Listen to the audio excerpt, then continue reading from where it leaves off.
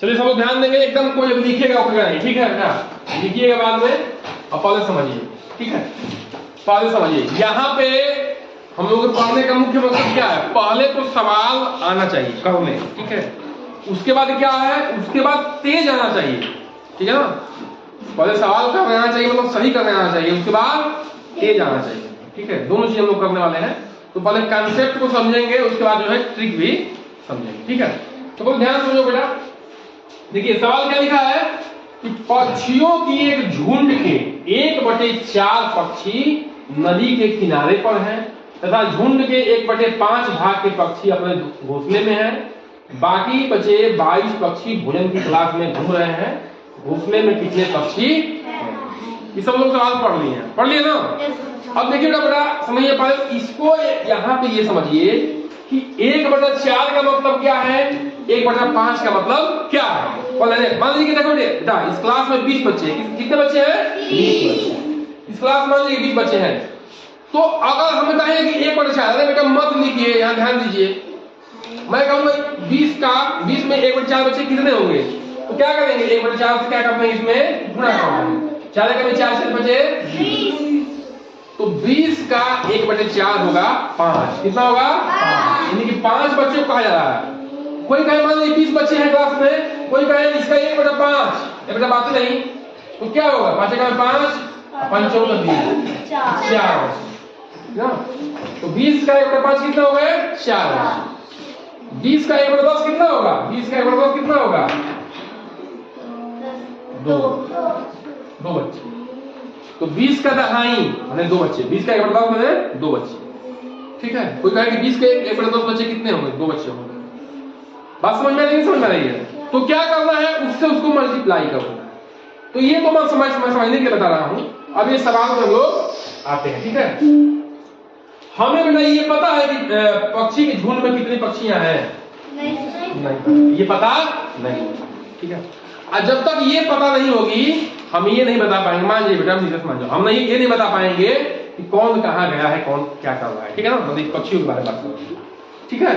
तो पहले उसको पता लगाते हैं। देखिए मैं मान लेता हूं, माना कि जो है झुंड में कितने पक्षी हैं? एक। झुंड में पक्षी, कुल पक्षी कितने हैं? बस यही समझना है, ठीक है। अब देखिए बेटा, पक्षी के झुंड में 1/4 पक्षी नदी के किनारे पर, ठीक है। तो नदी के किनारे पर इसके कितने हैं? 1/4 प्लस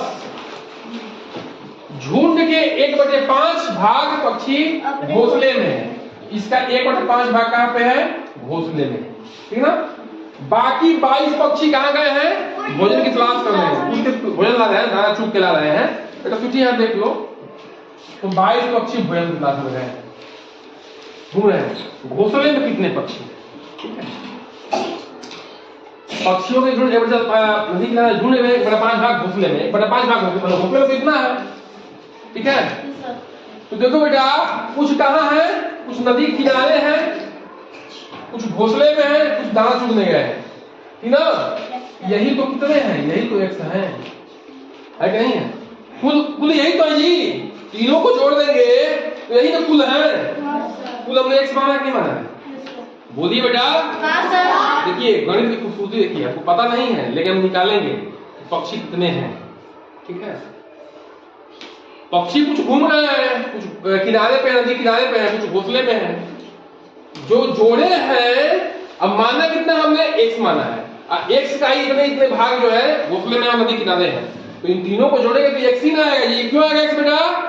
क्योंकि एक्स को हमने कुल पक्षी माना है और ये कुल पक्षी हैं, तो दोनों बराबर हो कि नहीं होता? बताओ।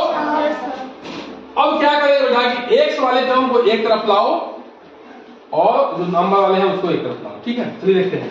तो 22 इधर रख देते हैं, एक्स इधर ले जाते हैं, तो ये एक्स हो गया। 1 से x गुणा करेंगे तो उस वही संख्या जाएगी x अब बटे 4। देखिए बेटा, ये प्लस से कितने जाएगा? क्या जाएगा? माइनस। x का x हो जाएगा अब बटा 5। समझ में आ गया? तो ये प्लस से जाएगा तो क्या जाएगा? माइनस। समझ में आ रही बात? Yes sir. बोलिए। Yes sir. अब क्या करेंगे? इसको 1 लिख सकते हैं, x से भाग देंगे, गुणा करेंगे, कोई अंतर पड़ेगा? ठीक है। अब 4 और 5 का एलसीएम क्या होगा? 20 होगा। आप निकाल के देख लेना, ठीक है? 20 होगा। तो कहिए 1 20 है 20 है, 20 x 4 बचे 20, 5 तरफ करना, 5 x 5 चौका 20 और ये 40। ठीक है बेटा? अब देखिए इसको घटाइए, देखिए ये 20x ये देखिए क्या अलग अलग है ना जी? मतलब ये अलग चीज है, नेगेटिव नेगेटिव छूट जाएगा आपस में, तो क्या हो जाएगा बताइए? 20x माइनस 9x अपान 20, ये 22 हो गया, ठीक ना? अब देखो बेटा 20 में से 9 घटाओ तो कितना होगा? 11x, कितना होगा? 11x, ये 22 होगा कि नहीं होगा? होगा जी? अब यहाँ कर लेते हैं, जगह नहीं है। अब क्या होगा? क्रॉस मल्टीप्लाई होगा, ये x के भाग में इधर जाएगा गुणा होगा, ये x से गुणा इधर आएगा क्या होगा? भाग। ठीक है? क्या होता है बराबर में? भाग का गुणा होता है, गुणा का भाग होता है, जोड़ा का घटाना, घटाना का जोड़। जब बराबर के इधर करते हैं बताएं क्यों, ठीक ना? अब क्या करेंगे? ये बराबर का चिन्ह ध्यान रखिएगा, ये कुछ और नहीं है, बराबर है, ठीक है? इधर जाएगा क्या होगा? 22 गुणे 20 भागे नीचे जाएगा 11। 11 का में 11 दूनी का 22, अब इस दूनी का 40। x कितना आ गया? 40, यानी कि पक्षी कुल कितने हो गए? 40, ठीक ना? और क्या पूछा है? घोंसले में कितने पक्षी हैं? तो घोंसले में पक्षी कौन से थे? 1/5 था जी। हाँ, झुंड का 1/5 भाग कहाँ था? घोंसले में था। तो 40 का 1/5 क्या होगा? 5 का 5 50 8, लेकिन 8 पक्षी जो है घोंसले में ये हमारा क्या हो जाएगा? उत्तर। समझने क्या बेटा कि हम x मान रहे हैं तो हमें ये इक्वेशन बनाना आना चाहिए, ठीक है? इक्वेशन कैसे बना है आपने देख लिया। कुल पक्षी x माने हैं तो इधर भी कुल पक्षी होने चाहिए, तभी तराजू बराबर होगा। तराजू है, ठीक है? वो तो तराजू बराबर होने चाहिए। होने दिन बाद अगला प्रश्न देखते हो क्या? अगला प्रश्न क्या है? अमित ने एक मेज 1200 रुपए में खरीदा, ठीक है? कितना खरीदा? 1200। इसकी मरम्मत पर 200 रुपया व्यय किया, मतलब खर्च किया। मतलब मेज टूटा फूटा हुआ कहीं तो 200 रुपया मिस्त्री के देके बनवा दिया, ठीक है? उसने फिर इसको 1680 रुपए में बेच दिया, तो लाभ प्रतिशत होगा कि हानि प्रतिशत होगा, वही आपको बताना है, ठीक है? देखिए बेटा, ठीक है, देखते हैं क्या होगा। ये क्रय मूल्य निकालना है। क्या निकालना है? क्रय मूल्य क्या होगा बेटा? जितने में खरीदा है वो अपने से जितना वो उसने खर्च किया है बनवाई, ठीक ना? अरे भाई मान लीजिए हम ये मेज खरीदे हैं 1200 रुपए का, 200 रुपए बनवा दिए तो हमारा टोटल खर्चा 1400 हो गया जी। हुआ कि नहीं हुआ? अब 1400 का खर्चा होगा। अब जब बेचेंगे जितने अधिक में बेचेगा लाभ होगा, कम बेचेंगे तो 1400 रुपए लाभ में जोड़ेंगे। ठीक है, ठीक है, ठीक है, देखते हैं। तो देखिए क्रय मूल्य कितना हो गया? 1200 जो खरीदा है वो और जो 200 का बेचा है वो, तो कितना हो गया? 1400 जी। 1400 रुपए उसका क्या हो गया? क्रय मूल्य हो गया, यानी कि उसकी लागत हो गई 1400 रुपए, ठीक है? अब देखिए 1680 में बेच दिया है, तो 1400 से बड़ा 1680 है जी, है कि नहीं है? 1600 से बड़ा है नहीं 1680, यानी कि विक्रय मूल्य कितना है बताओ? विक्रय मूल्य जो है 1680 है। तो जब विक्रय मूल्य क्या होता है? विक्रय मूल्य अधिक होता है क्रय मूल्य से, तो क्या होता है बताओ? बोलो क्या होता है? लाभ होता है जी, बताए ना?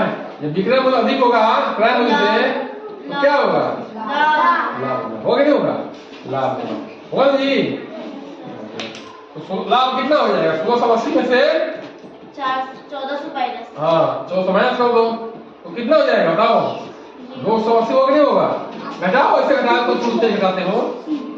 0 0 गया 0, 8 में 0 गया 8, 6 में 2 4 गया 2, 1 में से गया 0, है कि नहीं है? ऐसा भी घटा सकते हो, ठीक है? मूल्यवानी भी घटा सकते हो। अरे वो तुम लिखी लो बका, समझ लो बेटा। लिखना बात कभी कभी पढ़ने आओ नहीं समझते है ना, तुम समझ लो लिख लेंगे, कुछ बच्चे समझते हैं लिख लेंगे तो सब हमारे अंदर चल जाएगा, ऐसा नहीं है। पहले समझना, लिखने का तो मौका देंगे नहीं देंगे। बहुत लोग सोचते हैं कि पहले लिख लेंगे तो पहले भाग जाएंगे, पहले आराम कर लेंगे थोड़ा सा, ठीक है? ऐसा नहीं है, आराम तक नहीं आया हो, यहाँ पढ़ने आया हो। तो क्या है बेटा? ये 280 क्या आ गया? लाभ। अब क्या कर रहे हैं? लाभ प्रतिशत। तो लाभ प्रतिशत सूत्र क्या बताएं बताओ? लाभ गुणे 100 बटे प्राइम। ये होता है जी, बोलो लाभ कितना हुआ बताओ? 280। आंकड़ा मूल्य कितना है? आंकड़ा मूल्य कितना है? 1400 गुणे 100, ठीक ना? 200 से कट गया, 200 घटाओ तो कितना आ गया? नहीं 7 से घटाओ, 7 से 200 पे घटाओ 214, 28 का कितना होगा? 14, ये जीरो बचा हुआ है, ठीक है ना? है कि नहीं है? फिर 7 से घटाओ, 7 दूनी का 14, 2 ये जीरो बचा हुआ है तो 20। तो लाभ का कितना हो गया? 20% लाभ, 20%, ठीक है? लाभ हो गया 20%।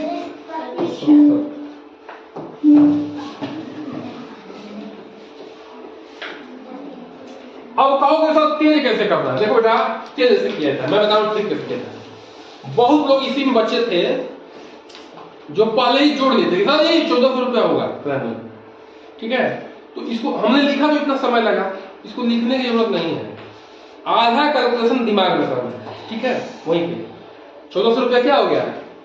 प्राइमरी हो नहीं, 1680 अधिक दिख रहा है तो क्या हो जाएगा? 280 लाभ होगा ना, तो सीधे 280 बटे 1400 लिखना है, अब 1900 कर देना है, उत्तर आ जाएगा। ये सब लिखने की जरूरत नहीं है। हमें तो इसलिए लिखना है बेटा कि हमें क्लास में हर तरह के बच्चे हैं, ठीक है? कम मतलब कि थोड़ा सा कमजोर भी है, थोड़ा धीमे समझने वाले हैं, तेज समझने वाले, हर तरह के बच्चे हैं, हमको सबको समझाना है, हमारी मजबूरी है। लेकिन आपको तेज करना है तो ये आधा कैलकुलेशन आपको दिमाग में करना है, बस जो लास्ट में है ये आपको लिखना है, क्योंकि आपको क्या, आपको नंबर किस पे मिलेगा? टिक मारने पे मिलेगा, वहां पे गोला मारने पे मिलेगा। सर जी लाभ पे कीजिए। अरे सॉरी गड़बड़ हो गया, ये ना मैं देखता हूँ कि तुम दिमाग काम कर रहा है, ठीक है? तो ये क्या हो गया? 20% लाभ हो गया, समझ लेना। तो क्या हुआ मतलब क्या है बताओ कि जो तेज करना है कैलकुलेशन तो आधा से अधिक काम कहां करना पड़ेगा? माइंड में। ये कब कर पाओगे? जब ऐसे 20-20 सवाल के प्रैक्टिस करो, तो 20-25 सवाल जब प्रैक्टिस कर लोगे 30 सवाल का तो अपने आप माइंड में करने लगोगे। इसलिए अरे पहले ही क्लास के लिए पहले सवाल किए और पहले ही में क्या कर लिए एकदम तुरंत हल करना, ऐसा नहीं होता है, प्रैक्टिस से होगा, ठीक है? चलिए इसको आप लोग